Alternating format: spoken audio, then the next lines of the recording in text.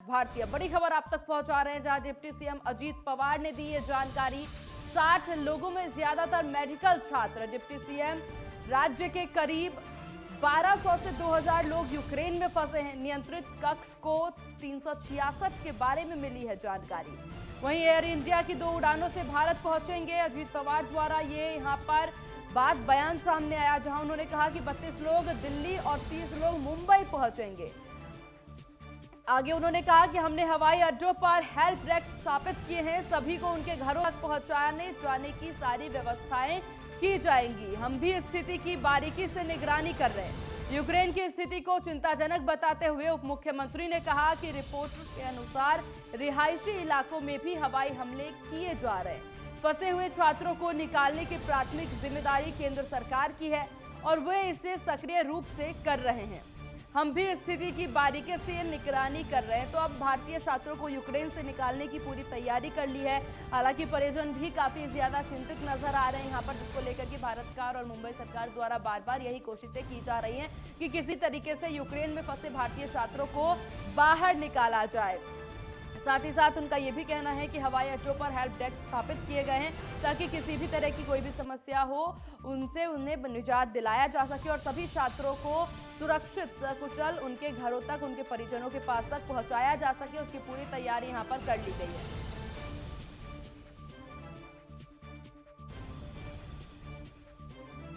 और इसी विषय पर तमाम जानकारी के साथ राजन मिश्रा हमारे संवाददाता मुंबई से हमारे साथ सीधे जुड़ गए हैं। राजन, क्या कुछ स्थिति इस वक्त है और इस वक्त मुंबई सरकार द्वारा और क्या कुछ इंतजाम किए जा रहे हैं? देखिए, निश्चित तौर पर यूक्रेन और रशिया का जो हालात है वो दुनिया के सामने, और ऐसे में जो हिंदुस्तान से जो छात्र यूक्रेन में जो पढ़ने के लिए गए थे, उनके परिजन काफी चिंतित थे और इसके लिए बाकायदा महाराष्ट्र नाना पटोले इन्होंने बाकायदा जो है एक पत्र लिखकर मांग की कि जल्द से जल्द जो बच्चे हैं उनको यहाँ पर लाया जाए। तो कहीं ना कहीं, और आज करीबन 2 बजे का समय था, फिर 4:30 बजे कहा गया और अब जो है जो समय वो 6:30 बजे कहा गया है कि 6:30 बजे जो है यूक्रेन के जो छात्र हैं वो छत्रपति शिवाजी इंटरनेशनल एयरपोर्ट पर आएंगे। और जो बड़ी बात बता दूं, इसके लिए बाकायदा केंद्रीय मंत्री पीयूष गोयल भी वहां पर मौजूद होंगे बच्चों को रिसीव करने के लिए। और इसी के साथ अगर बात किया जाए राजन की 60 भारतीय महाराष्ट्र पहुंचने वाले हैं, तो उनके परिजनों से कुछ बातचीत हो पाई हो या फिर महाराष्ट्र में जो बच्चे आने वाले हैं उनके परिवार वालों की तरफ से कुछ भी रूबरू आप हुए हो उनसे? बिल्कुल, देखिए, निश्चित तौर पर जो बच्चे हैं, जो उनके परिजन हैं, जब एक परिजन से बातचीत हुआ था तो उन्होंने साफ तौर पर ये मांग की थी कि हम मोदी सरकार से मांग करते हैं, गवर्नमेंट से मांग करते हैं कि वो जल्द से जल्द जो हमारे बच्चे हैं वो हमारे देश में लेकर आए। और इसके लिए बाकायदा कल जो है नाना पटोले से भी कुछ जो परिजन है, जो छात्र वहां पर बैठे हैं, ऑनलाइन के जरिए नाना पटोले से बातचीत की है, जिसके बाद जो है आज करीबन 6:30 बजे जो है जो छात्र यहाँ पर आएंगे। और बाकायदा जो ये कहा जा रहा है कि मुंबई में से तमाम जो एनजीओ है वो वहां पर आने वाले हैं थैंक यू मोदी के पोस्टर लेकर, और वो धन्यवाद देंगे मोदी सरकार को, इंडियन गवर्नमेंट को। तो कहीं ना कहीं देखिए, आज शाम को जो मंजर होगा 6:30 बजे, काफी खुशी का एक माहौल होगा। और इसी के साथ अगर राजन देखा जाए, कितने जो बच्चे हैं, कितने जो छात्र हैं वो महाराष्ट्र के यूक्रेन में फंसे हुए हैं?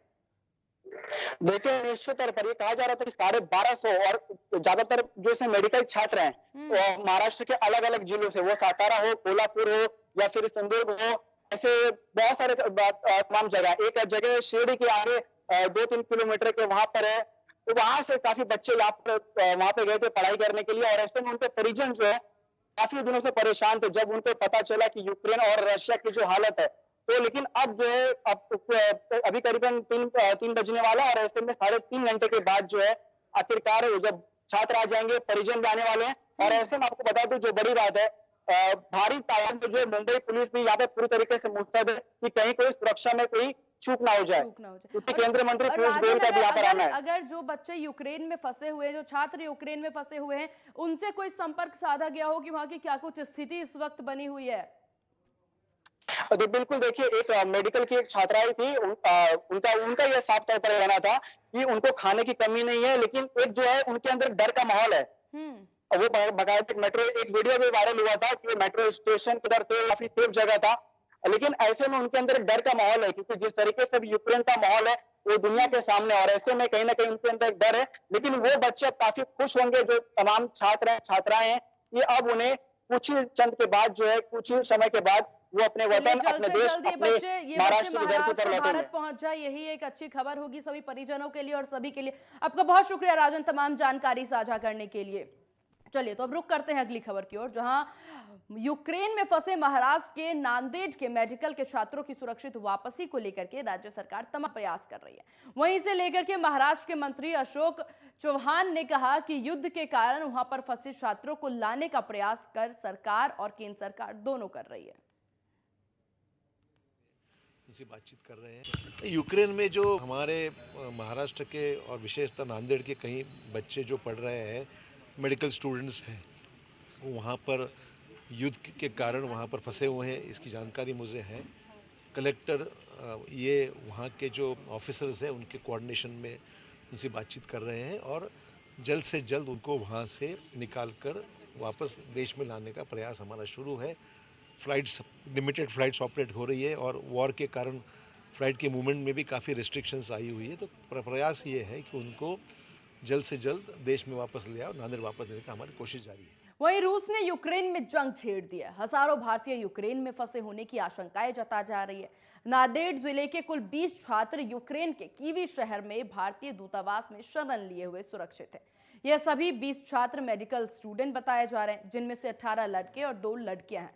वहीं नांदेड़ के जिलाधिकारी डॉक्टर विपिन ने अपील की है कि यूक्रेन स्थित भारतीय दूतावास के अधिकारियों से बातचीत की है और सभी छात्र सुरक्षित जगह पर हैं और उन्हीं को वापस भारत लाने की कोशिश भारत सरकार कर रही है। नांदेड़ के 20 छात्र के परिजनों से संपर्क किए गए हैं और कोई भी अफवाहों पर ध्यान ना दे, ऐसी अपील भी जिलाधिकारी डॉक्टर विपिन द्वारा की जा रही है। और खबरों का सिलसिला यूं ही जारी रहेगा, लेकिन यहां रुकेंगे बहुत छोटे से ब्रेक के लिए। ब्रेक के बाद जल्द होंगे हाजिर। करते हैं गोवा और महाराष्ट्र की खबरों की ओर, जहां पुणे इंटरनेशनल फिल्म फेस्टिवल यानी कि पिफ 2022 की शुरुआत होने वाली है। यह फेस्टिवल 3 मार्च से 10 मार्च तक होगा। इस फेस्टिवल का ये 20वां साल है। फेस्टिवल का उद्घाटन महाराष्ट्र के कल्चरल मिनिस्टर अमित देशमुख करेंगे। इसमें 200 से ज्यादा देशी और विदेशी फिल्में दिखाई जाएंगी। इसकी शुरुआत स्विट्जरलैंड के मानो खलील की नेबर्स फिल्म दिखा करके की जाएगी। साथ ही फेस्टिवल के दौरान जावेद अख्तर के साथ खास बातचीत भी होगी, जिसमें जावेद अख्तर से तब से आज तक की बदलते हुए सिनेमा के बारे में चर्चा की जाएगी। 20वां जो पुणे इंटरनेशनल फिल्म फेस्टिवल होने जा रहा है वो 3 मार्च से 10 मार्च तक होगा और इसमें जो इनाग्रेशन उद्घाटन जो है हमारे सांस्कृतिक कार्य मंत्री जो अमित देशमुख साहब हैं वो आएंगे और हमारे ख़ास मेहमान इस वक्त हैं Javed Akhtar, very famous screen play writer और कवि हैं और बड़े चिंतक हैं सामाजिक ढंग से देखें तो स्पेशल गेस्ट आ रहे हैं और पंडित सत्यशील देशपांडे भी हमारे प्रमुख गेस्ट रहेंगे। वहीं पार्टी संगठन मजबूत बनाने और आगामी स्थायी निकाय चुनाव के मद्देनजर कार्यकर्ताओं से चर्चा के लिहाज से राष्ट्रवादी कांग्रेस पार्टी के प्रदेश अध्यक्ष और जल संसाधन मंत्री जयंत पाटिल की पारिवारिक संवाद यात्रा आज पिंपरी चिंचवड पहुंची। इस दौरान पिंपरी चिंचवड के मौसी चौक परिसर में मंत्री जयंत बैलगाड़ी पर सवार होकर कार्यक्रम स्थल पर पहुंचे। वहीं स्थानीय एनसीपी नेताओं समेत पार्टी के सभी सेल के अध्यक्ष ने जयंत का स्वागत किया। इस दौरान संवाद यात्रा के दौरान जयंत पाटिल शहर के पदाधिकारी और प्रमुख कार्यकर्ताओं से चर्चा कर पार्टी संगठन की समीक्षा कर रहे हैं। इस बैठक में आगामी चुनावों के मद्देनजर पार्टी कार्यकर्ताओं का मार्गदर्शन भी करेंगे। नक्की चांगला सकारात्मक परिणाम होईल आणि जुने आणि नवीन पदाधिकारी हे हातात हात घालून काम करतात, त्यामुळं अधिक ताकदीनं राष्ट्रवादी काँग्रेसची सत्ता महापालिकेत यायला मला काहीच अडचण वाटत नाही। बरेचसे नगरसेवक जे आहेत ते प्रवेश करतायत पिंपरी चिंचवडमधील भाजपमधले, तर काय क्रायटेरिया ठरवणार कशा पद्धतीने, कारण पडत्या काळामध्ये अनेक असे कार्यकर्ते बरेचसे यातले नगरसेवक हे पूर्वी आमचे नेते अजितदादा यांच्या नेतृत्वाखाली काम करत होते, मधल्या काळात समज गैरसमजामुळे बाजूला गेले, असेही परत येत आहेत। काहींना भारतीय जनता पक्षाचं खरं रूप कळल्यामुळे ते मागे येत आहेत, काहींची त्या ठिकाणी कुचंबना झाली म्हणून ते मागे येत आहेत। वहीं 1 मार्च से श्राइन के श्री साईं बाबा मंदिर के आरती के समय में परिवर्तन करने का फैसला लिया गया है और इसके चलते सीडी के प्रबंधन बोर्ड ने पिछले बैठक की तरह काकड़ आरती के समय को सुबह 5:15 और रात 10 बजे के समय को बदलने का फैसला किया है। बता दें कि काकड़ आरती में पहले की तरह बदलाव की मांग बार बार की जा रही है। वहीं तनुसार संस्थान के प्रबंधन मंडल के अध्यक्ष आशुतोष काले, संस्थान के मुख्य कार्यकारी अधिकारी बनायत और न्यासी मंडल ने 24 जनवरी को हुई बैठक में अपने निर्णय में परिवर्तन किया।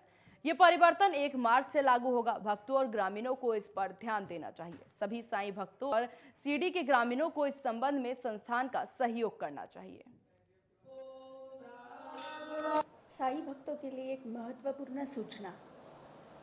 सन 2008 से तत्कालीन विश्वस्त मंडल के निर्णय के अनुसार साईं बाबा की आरती सुबह 4:30 बजे और शाम की शेजारती रात को 10:30 बजे करने का निर्णय लिया गया था और तब से आज तक यह प्रथा कायम है। लेकिन अब नए विश्वस्त मंडल के निर्णय के अनुसार काकड़ आरती और शेजारती पूर्व परंपरा के अनुसार सुबह 5:15 पर और रात को शेजारती 10 बजे करने का निर्णय लिया गया है। और इसी के साथ गोवा महाराष्ट्र की खबरों में बस इतना ही। मुझे दीजिए इजाजत। बने रहिए नेटवर्क 10 के साथ। जय हिंद।